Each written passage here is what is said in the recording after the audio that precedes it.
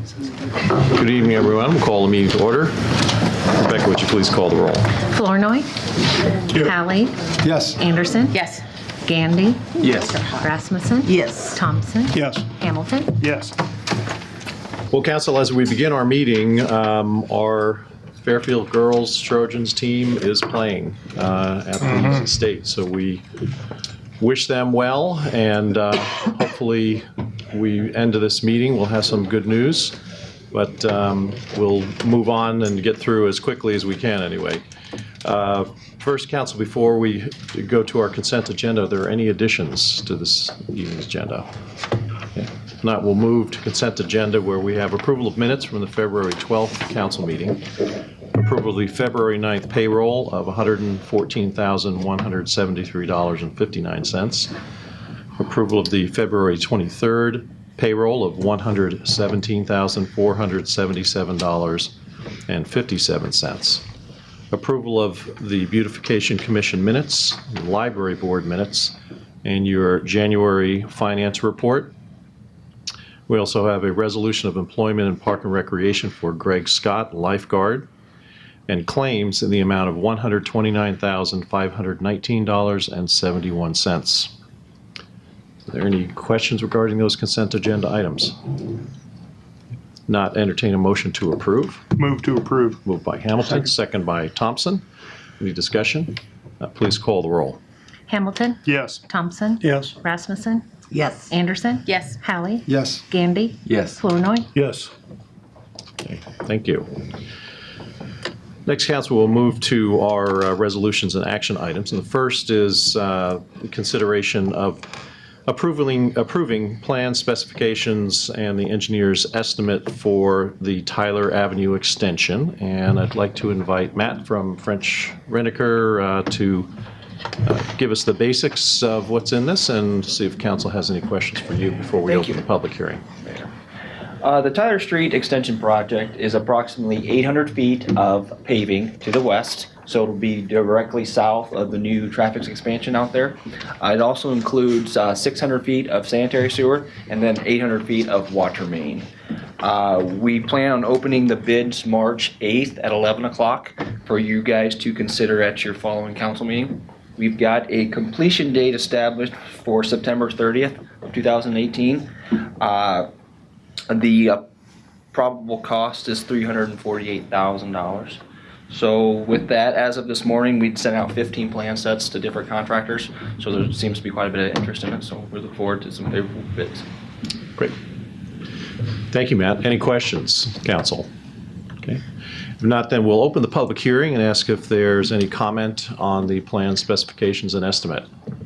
Okay. Seeing none, we'll close the public hearing and ask for a motion to approve the plan specifications and engineer's estimate. Move to approve. Moved by Hamilton, Second. second by Gandy. Please call the roll. Hamilton. Yes. Gandy. Yes. Hallie. Yes. Flournoy. Yes. Rasmussen. Yes. Anderson. Yes. Thompson. Yes. Okay, thank you. Next, council, we'll move to our 2018-19 budget, and you have in your packets a summary of the budget and also a summary letter of a number of different elements, and I know it's pretty self-explanatory, but Aaron, I'd ask you if you would highlight some of the areas of the budget for the council, please. After having the department heads go through their budgets and then figuring out our evaluations and then going back through the department budgets to cut costs, we were able to come back with a general fund total of $3,842,000 and with expenditures of $3,944,000. Compared to the current fiscal year, the proposed reflects a 4.8% decrease in our revenues and a 1.6% decrease in expenditures. Some of the noteworthy things as far as the general fund was a 1.5% increase for salaries. And we were able to work with our healthcare providers, and we are only having a 4.37% increase to our healthcare costs, which we were told to budget around a 10% There are some minor changes to the healthcare plan, but we'll be educating our employees on what those changes are. They're very minor as far as more like documentation stuff more than anything.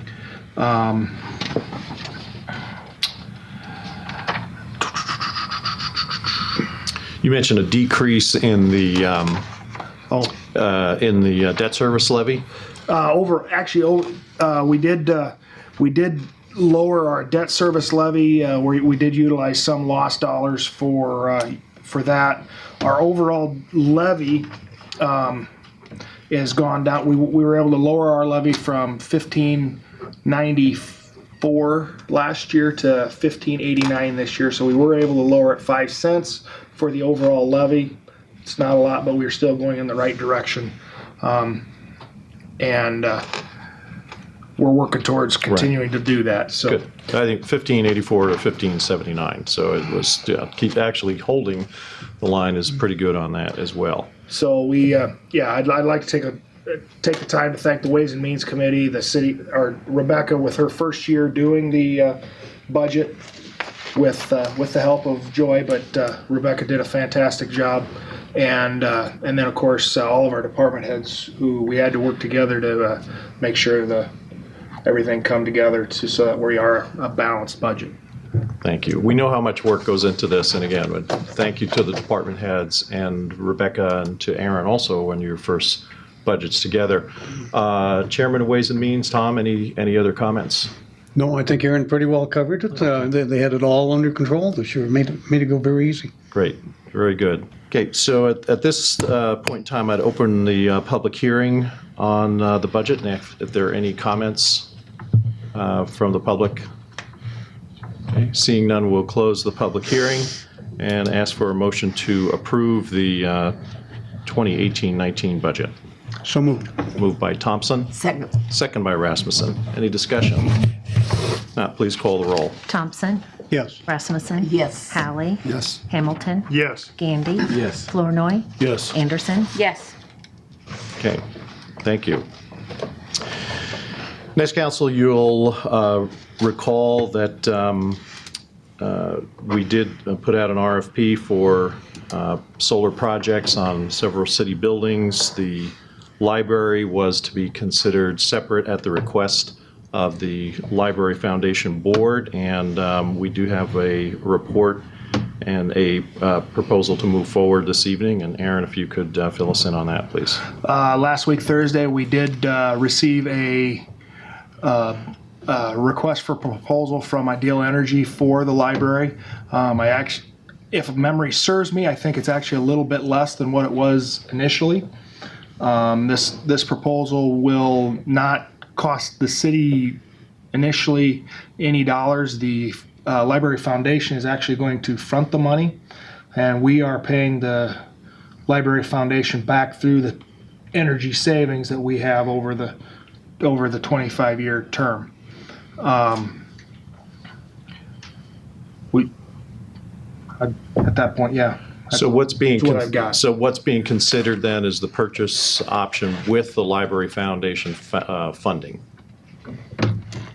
Correct, financing rather. Yeah. Okay, and council. So that's on page 4 of 5, right. isn't it? right. Okay, so that's what those are the economics of what you're looking at. And are there any questions regarding the proposal?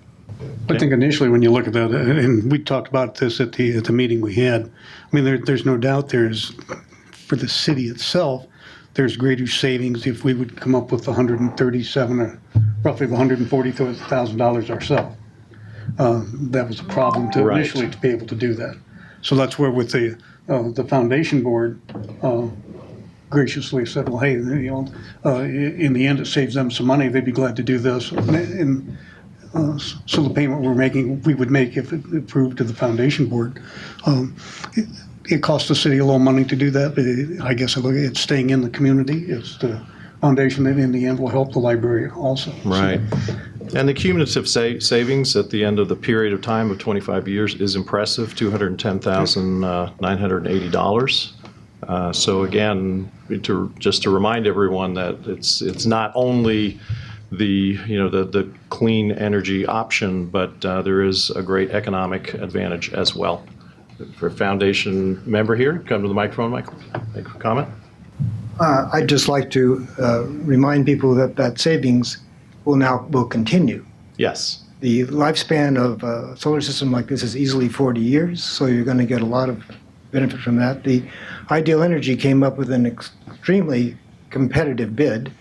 The actually reduction was about 22% from what they had originally talked about. So they really did a good job of looking at this and making something that would really be beneficial to the city. So Right. we're looking forward, the foundation, to doing this and helping make Fairfield a green city. Thank you. Ideal Energy is a local company, so that's going to be more dollars to our city, Right. for our employees, so it's great.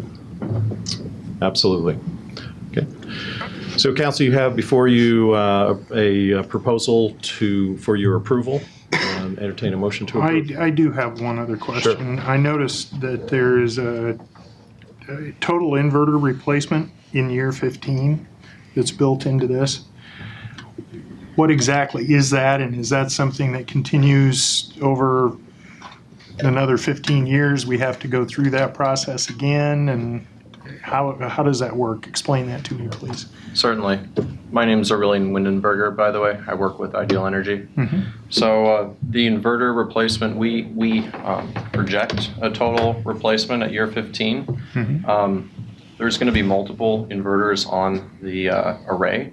And so the likely scenario is that they'll go bad at different times around 15 years.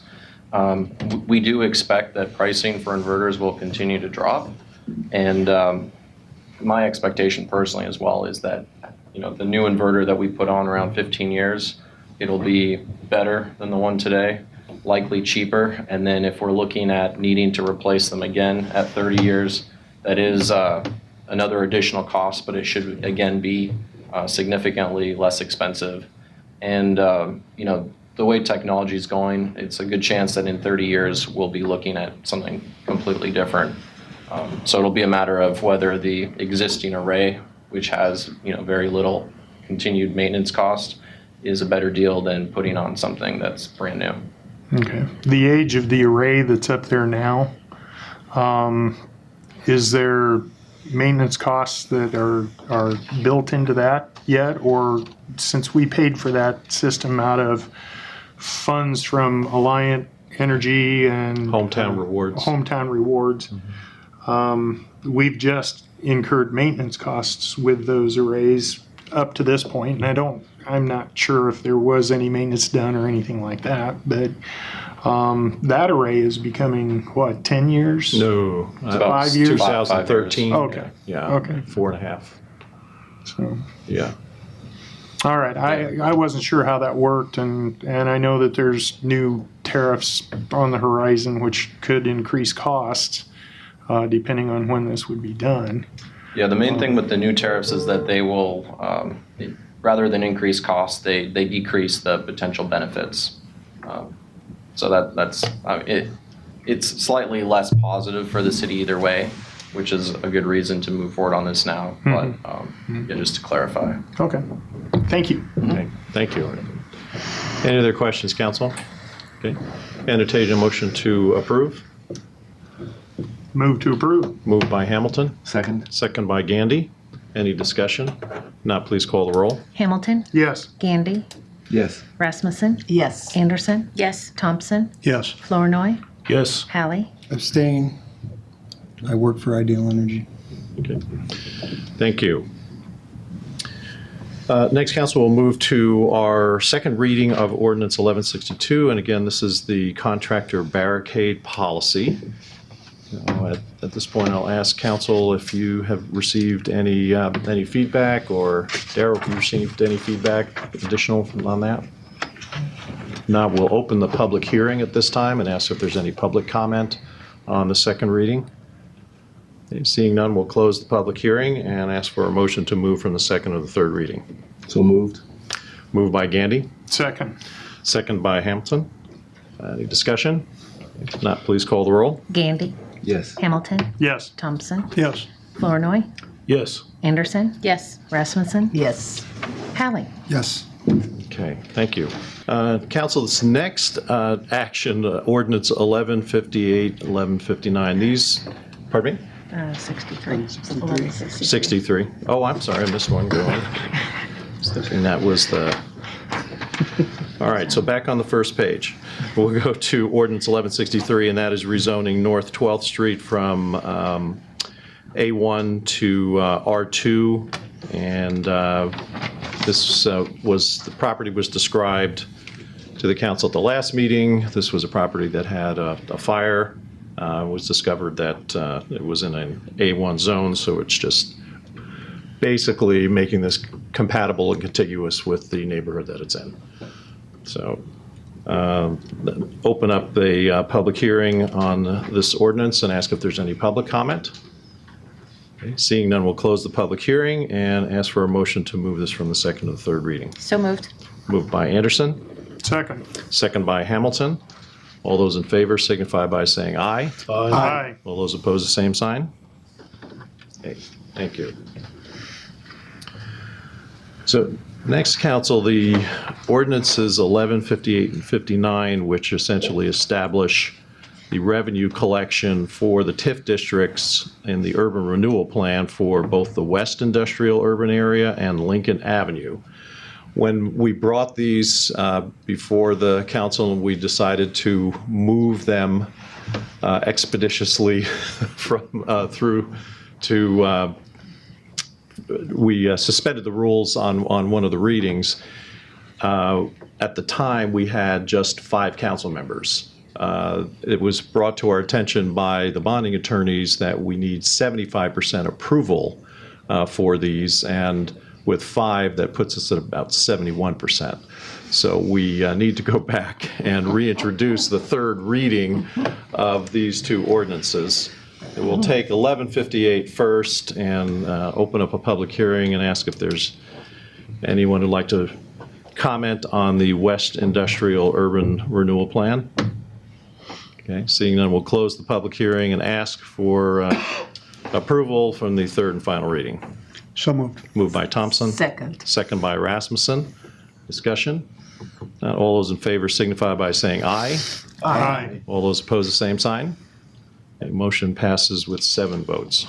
And we will move to the, yes, all 7. 1159, again, this is establishing the urban renewal district and collection of revenues for Lincoln Avenue revenue renewal plan. And we'll open the public hearing on that. Ask if there's any public comment. Seeing none, we'll close the public hearing and ask for a motion to approve to the third and final reading. So moved. Moved by Second. Hamilton, second by Thompson. Discussion? All those in favor signify by saying aye. Aye. All those opposed, the same sign. I think we're okay without Doug on this, so 6-0. Okay. There he is, I'm sorry. I didn't see you over there. I looked down and said, where did Doug go? Sorry. You're in, you're a little big. In there, that red and. Okay, will council move to board and commission reports? Several new appointments to the Board of Adjustment. I would like to propose Julie Stevens for a new appointment, and also Cole Boatwright. So we'll take just those 2 first. Board of Adjustment, approval of Julie Stevens and Cole Boatwright. Move to approve. Moved by Rasmussen, Second. second by Hamilton. Discussion? Not That brings the board to 5 members now, correct. right? Yes. Which it should be. Yes. Previously, it was just 4. Yes. And we'd been operating without that 5th person. That's For a short period of time, we were. Yeah. Okay. Yeah. All right. But this will bring the board to full. Yes. Any other comments or discussion? Not all those in favor signify by saying aye. Aye. All those opposed, the same sign. Thank you. We have appointment to the CVB board, Tammy Dunbar. This would be a new appointment as well. Entertain a motion to appoint Tammy Dunbar. Move to approve. Moved by Anderson, second by Hamilton. All those in favor signify by saying aye. Aye. All those opposed, the same sign. Thank you. We have a new appointment to Planning and Zoning, Dale Stevens, husband of Julie. They're getting very civic-minded. Entertain a motion to approve the new appointment. Move to approve. Moved by Thompson, second by Hamilton. All those in favor signify by saying aye. Aye. All those opposed, the same sign. Thank you. And then, Council, we have an ad hoc committee that oversees the Natty Land Conservation Easement. And there is a new appointment to that of a contiguous property owner recommended by Ron Blair. His name is Lee Shepman. So I'd entertain a motion to approve Lee Shepman to the Natty Land Conservation Easement Committee. So moved. Moved by Gandy, Second. second by Rasmussen. All those in favor signify by saying aye. Aye. All those opposed, the same sign. Thank you. That's everything I had in my report. Council will move to committee and board reports, public safety and transportation. Yes, we met last Thursday evening. It was quite a long meeting, 9 items, so I'll try to be brief here. First item was talked again about the fireworks ordinance. Committee discussed the possibility of amending the code to allow the council to choose a limited number of days each year. For the discharge, I spoke with City Attorney John Morrissey, and he advises against that. It's not favorable to charge people with a violation on something that is difficult for them to know when they're violating it. So he advises that we state what days are legal in our ordinance and leave it at that. So that'll go back to committee, and we'll see if we're going to amend the amendment further or just push it through as the way it is. So more on that later. We had a request for a deer crossing sign on North B Street between Crow Creek and Waterworks Park. After some discussion and hearing from Street Superintendent Daryl Bisgard that it's typically not policy to put those signs in areas that are lower than 45 miles per hour, and felt that we would be setting a precedent and we'd be getting requests for signs all over town if we said yes to this one. Committee said, no, thank you. It was explained to the gentleman that if he wished, he could then appeal to full council if that was his desire. 6th Street one-way, this was something that came from, we're not sure, a school board member perhaps. Some concern about traffic on 6th Street during drop-off and pickup at Pence Elementary. Our city engineer took a look, and her number one recommendation is for parents to get off of their phones while driving in the area. Also, some other input of ways that traffic could be tamed and organized better, none of which involved one-way. So the committee moved not to move on the one-way or accept that proposal, but instead made the motion to install no parking on the north side of Polk Avenue between 5th and 6th Streets, and to amend the code to allow rollout stop signs at the intersection of School Place and 6th. So we'll bring that back to council as an action item. I talked to John Morrissey about when these minutes weren't posted ahead of time, and it really isn't fair to the public to move on items that they haven't had a chance to see. So we'll come back with an action item for the no parking one side. But John said it is okay for the council to vote on amending an ordinance because then there are 3 readings. So I'll make a motion that we amend the city code to allow for the rollout stop sign at the intersection of School Place and 6th Street. The ordinance doesn't need to be published, John? No, this You'll do the ordinance. You're just indicating that you're wanted the council. favoring an ordinance that states that. Okay, thank you. Wanted the council to chime in whether they would like an ordinance. Does this make this the first reading of that change then? I'm No. not reading anything. Okay. Reading Michael's minute. We still have those 3 readings after Yeah. we affirm that this is what we want to move forward with. Yeah, the ordinance has not been crafted at this point. Okay, then, is that a motion then, Michael? Let's Yes. just say a motion by Hallie and second by Hamilton. Any discussion? All those in favor signify by saying aye. Aye. Opposed, same sign. All Thanks. right. Similar issue, the municipal infraction was discussed. Police Chief Thomas again reiterated that this is a public safety issue. It allows officers another option when ticketing for traffic violation misdemeanors. Currently, they either give a verbal warning or they give a state citation. Municipal infraction is in kind of a middle zone where it's a smaller fee and does not go on a person's driver's record. So there was some concern in the public that the police would be using this as a revenue source by giving more of these infractions instead of verbal warnings. Now, that may be some truth there, not for the revenue side, but they may give more of these instead of just verbal warnings. But that would not be for revenue purposes. It would be to deter bad driving practices. So again, just reiterating, it's a public safety issue.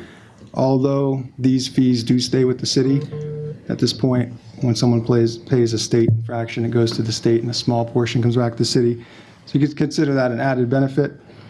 But after some discussion, the committee moved to adopt municipal infraction in our city code. So again, I would move that would be our intention, and then we'll bring that code back for its 3 readings in the future. Okay, moved by Hallie to move this forward, second by Anderson. Any discussion? Yes, I had a citizen who expressed a concern about city police officers issuing these tickets instead of tickets that would end up with the revenue going to the state, and thereby reducing the amount of revenue going to the state instead of it goes to the city. Any discussion in your committee about that?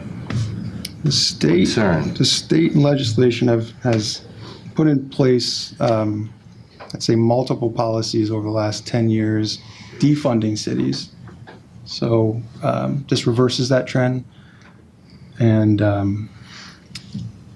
in a sense, there's some funds in there that are collected in case a person were to go to court, even if they don't go to court. So we really feel like this $40 fine, which is what's been talked about for civil infraction, is more fair and just than, what is it? Lieutenant Smith, 114 or something like that. 115-ish. On a $40 fine, it would be around $115. Yeah, so it's a smaller fee, and but I appreciate their concern for the state budget. Yeah, you want to take a vote on that? Is there an estimate as to whether or not there are going to be more tickets issued, or less, or the same amount? Some idea there? The officers will still have their discretion. I mean, they can make that choice. This is just another option that they would have at their disposal. It's an either or. They can only offer 1 citation, so the number of citations shouldn't change. Well, they can offer these citations because they're lower in amount to people who they would, in the past, give only a warning because the amount, the state violation would be so much higher, 2.5 times. I can tell you that verbal warnings are not effective at controlling traffic. This is another option. It's not nearly as severe as a state citation, but it's not as lenient as a verbal warning. So the idea is, instead of, in a situation where you would give a state citation, you're going to give a municipal warning instead. You're not going to increase the number of municipal warnings because you had the lower price. There may be times when the municipal infraction is used instead of a verbal warning. So there's truth to that there may be more citations under this new civil infraction. But as Police Chief Thomas and Lieutenant Smith explained, that a lot of times officers won't give the state infraction because they know it's so heavy-handed. And so then they go to the other extreme, which is a verbal warning. So having this as a mid-ground, that's $40. Of course, no one wants to pay that. But at the same time, that's what happens when you break the law. There's got to be a consequence. And a fine should be more of a deterrent than a verbal warning. So to be clear, it's another option. It's another option. It's not that you're not allowing the officer to make a decision that it's a state infraction. Yeah. It's just another option for the officer. And I think I think Officer Smith makes a good point about the effectiveness of a warning and the effectiveness of a $40 ticket. So I guess we'll have 3 readings of this, and I'm sure it'll be lively. So we'll wait. Well, this is not Comment on it. just in general a have a public question. hearing. We will have a public hearing on this at our next meeting, but it's a light night. Why don't you come on up to the microphone and let us know what Can I ask a question first? This is going too fast, huh, Ed? No, yeah, exactly. I figure we're going to probably see a slightly, a bit of an increase in revenue initially as the officers issue a few more tickets in this middle range, and then probably a decrease because people drive better. So, as Officer Thomas said, it'll probably be a much better deterrent. The other thing to note is it is against state law to have quotas for law enforcement officers. So there won't be a thou shalt write so many tickets or municipal infractions because it violates state law. So that's one of the comments I saw as far as drawbacks to doing this. So And the funds go into the general fund, not the police department budget. Okay, did you have one more comment? No. Okay, great. Doug, My question was, is that money going to be tagged for a specific purpose when it comes in, or is it just going to be General fund. general fund? unobligated. I just want to remind myself that this municipal infraction is not going to result in an increase in someone's insurance, which sometimes is the most important concern. Right. correct. Yep, that's another benefit. Yeah, it does not affect a person's insurance the way a state infraction would. Be contributing to. Are we going to get the insurance company in here lobbying us about not being able to raise rates Nor is next? it a moving violation according to the Tom, did you have a comment? I like the idea that I won't have to go to driving school again. They should go crazy over by the schools then. Okay. All right, so I think we've had a good primer for what's to come. We call the roll on that one? And Yeah, we first and do second. have a first and a second. Any other discussion? John? Yes. You're going to spend this spring on this and getting this out as a policy and approving what you want to do right now as far as traffic infractions. That's good, but there's more to what you're saving the motorist. Right now, even though our magistrate sometimes tries to give people a break on the fines, some communities, most people under the state are getting $100 fines. Then there's a $60 court cost. That used to be $17 about 15 years ago. And then there's a 35% surcharge on that $50 fine or $100 fine. So you can imagine where a lot of these land. But if we're looking at a base 40, that is a real break, but at the same time, you write a couple of those, somebody's probably going to get the message that we don't like the way they drive. So that part's fine, but we're going to look at all of your traffic ordinances because a lot of them have places where it specifies that the fines will be something like when they're in the uniform. There's something called the Uniform Traffic Citation Fines booklet. And we're going to have to amend out anything like that throughout your traffic code. But you're also going to run into another thing. There's a lot of other parts of your ordinance that talk about infractions. And some of those, you're going to want to build your infraction ordinance. So it's partly traffic infractions, but also you got a lot of other areas that you use municipal infraction in. The one that frequently comes up is your junked vehicles and so forth. And that's got a whole process as far as what the city can do about taking the vehicle, impounding, selling, and so forth. So you've got about a half a dozen other what they call alternative remedies that also fit under this. So when I say you're going to be working on this all spring, have your policy that this is what you'd like to do in the traffic area, and then we'll see where that leads us as far as all the other. Okay. Okay? Great, thank you.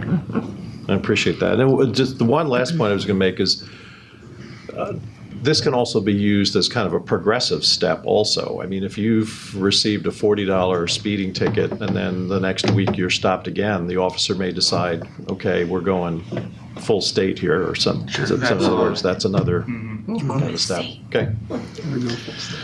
Great. All right, we have a motion and a second to move this forward. All those in favor signify by saying aye. Aye. All those opposed, the same sign. Okay, passes unanimously.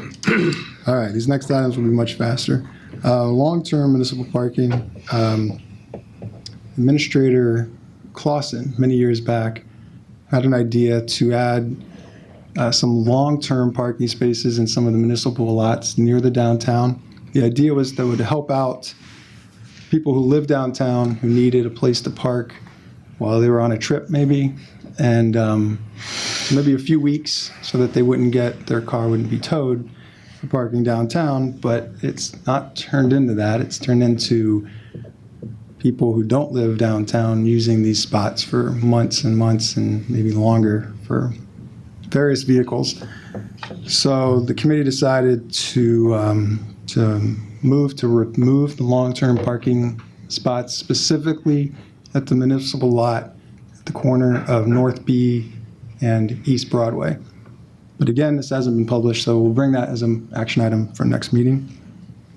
9th and Burlington Avenue safety. So City Engineer Melvin Carlson said she's going to be applying for a DOT grant coming up in September to increase safety at this intersection. So we'll discuss that closer to that date. Deer depredation hunt. This is something the city tried twice before to get going and somehow keeps missing deadlines. So I put in an email to depredation biologist Greg Harris about this to try to see if we can maybe do something just for the sake of explaining how these work. It's not about trying to decimate the deer herd or significantly reduce their population. Deer will go where they feel safe. Now, we humans have taken out all their predators, and so now they feel very safe in city limits. They find delicious food to eat, all laid out for them, and slow traffic. And if you've noticed, they move really into the center of town now. I saw a herd cross a residential street the other day. And so the hunt essentially, it teaches them that these areas aren't safe and that they should move away somewhere else. Two-way traffic downtown. Melanie Carlson, again, had worked out some estimates. We looked at a few options. There's kind of the cheap option that Daryl Bisgard said just doesn't work, where you try to paint over old lines, and it just doesn't seem to be effective. And then there's another option where you put on a thin coat of kind of like tar, like you would for a driveway maybe. And again, Daryl says no dice, it just doesn't work. So he really feels the only way to do this is to do a 2-inch asphalt overlay on all the streets. So tear up a little bit, put the asphalt down. You've got a fresh surface that you can paint lines. Now that does add life to the streets, but it costs significantly more. So the initial cost estimate for the 8 blocks downtown, converting one-way to two-way, is about $1.7 million. That includes fixing some nodes and such. Did I get everything right there? Is that accurate? 1.7 was for 9 blocks, but so it's 1.5. Oh, see, we're saving money already. Okay. We're not doing that block over by the courthouse. Can we see the estimates on those other remedies, though, as well? That's an awful lot of money. Yeah. It's an initial estimate, so we'll keep working on it. But as Melanie said in the paper, it's a lot more involved than just painting lines. So again, this is early on in the process, but this is a little sobering, but we'll keep working on it. Finally, right-of-way parking. So I talked with City Attorney John Morrissey about, would it be easy for citizens to seek variances were the city to prohibit right-of-way parking in R1 zones? He said, well, it's not necessarily easy, but it is possible. And then Melanie Carlson, again, made an intelligent comment that we really took to heart, was we're going to be looking into a universal right-of-way permit and this could fit in that. So we'll just kind of table this whole thing and try to work in the right-of-way parking as part of that universal right-of-way permit that should be coming up later this year. And that is the end of my report. Okay, thank you for your report. We'll move on to our Economic Development Committee. We met prior to the council meeting this evening at 6 o'clock. We discussed a developmental agreement that we are looking at with the developers down by Lincoln Avenue. And the committee has moved forward with authorizing our city administrator to make some final negotiating points with the developers so that we can possibly get this moved ahead. And this would be concerning the addition of phase 2 of what's being done out there at the Lincoln Court subdivision. Okay, thank you. Any comment, Aaron, on where that, from your side on that? No, we'll have contact with their negotiator tomorrow and continue to work for. We're moving forward in a good direction with that negotiation as far as I can see. Okay, thank you. Anything else, Darren? No, that was our committee. Thank you for your report. Water and Sewer Utilities Committee? Yes, Water and Sewer met this evening prior to council also. And we had 3 requests for consideration, and there were partial approvals of water and sewer for several of these, and they will go on to the girls at the front office at this point. But as I say, we So did, refunds on some bills? that we did make some decisions as a committee. Okay, thank you. Next, the Personnel Committee. Current score, Marion 29, Fairfield 19. Oh, okay. Personnel Committee met immediately prior to this council meeting tonight to discuss a change to the employee handbook regarding overtime at the request of Aaron. So Aaron, do you want to briefly go over why we're addressing this? We've had some use of comp time that is somewhat unfortunate is what it is, or taking advantage of the system. So with working with some of our department heads, we've kind of got reworded some of the policy. So at this point, and the committee's approved what I've got written, but we're going to have John Morrissey look at it and approve that, and then I'll bring it back to the full council next council meeting for approval to the handbook. Okay. For the change. So these are clarifications on the usage of comp time? Yes. And overtime, yeah. So it may be. So we just want to have Mr. Morrissey review it, and then we'll bring it back for a vote the next meeting. Okay. All right, thank you for your report. Next, we'll move to our administrative department reports. We have a solar panel update, which I think is the receiving the additional estimates on the RFP. Now, we did receive a proposal for other properties within the city from Ideal Energy. The proposals were, when the RFP was put out, we were supposed to receive all proposals back by 11 o'clock in the morning on Thursday morning. We did receive a second proposal at 12:15. I haven't opened that because of bidding policies and procedures. That's not acceptable. But we are going to have to go to Ways and Means to review the current proposal from Ideal as to whether or not we are going to move forward with that proposal for the other properties. If I can ask for a point of clarification, perhaps, but from the Ideal Energy representative, you had mentioned at the end of your comments something about the tax policy of the state changing and to where it makes some sense to move forward with the solar panel decision sooner rather than later. Could you expand on that a bit, please? So I should clarify, the point that Darren was asking about specifically relates to Alliant Energy, our utility provider. For the library purposes, the library got an interconnection agreement under Alliance old policy, which is more favorable to them than the current policy. And that interconnection agreement is good for a year from when it happened last, I believe it was in mid-May. May 15th. May 15th. And so that's what we were talking about specifically.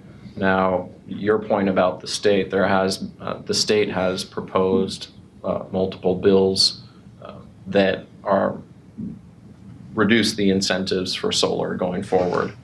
Now, depending on what choice you guys make on the bids that we've submitted for the RFP, those would not affect you, aside from the fact that if you were to, say, choose not to move forward now, we may not be able to make such an aggressive bid next time if you were to do another RFP later. So just to be clear, the library system has to be in place and operating by May 15th, right? And you can do that? Definitely.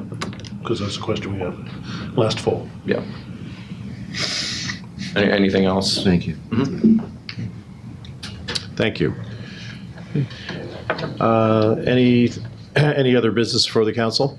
Now I would entertain a motion to adjourn. Move to adjourn. Moved by Hamilton, Second. second by Gandy. All those in favor signify by saying aye. Aye. All those opposed, the same sign.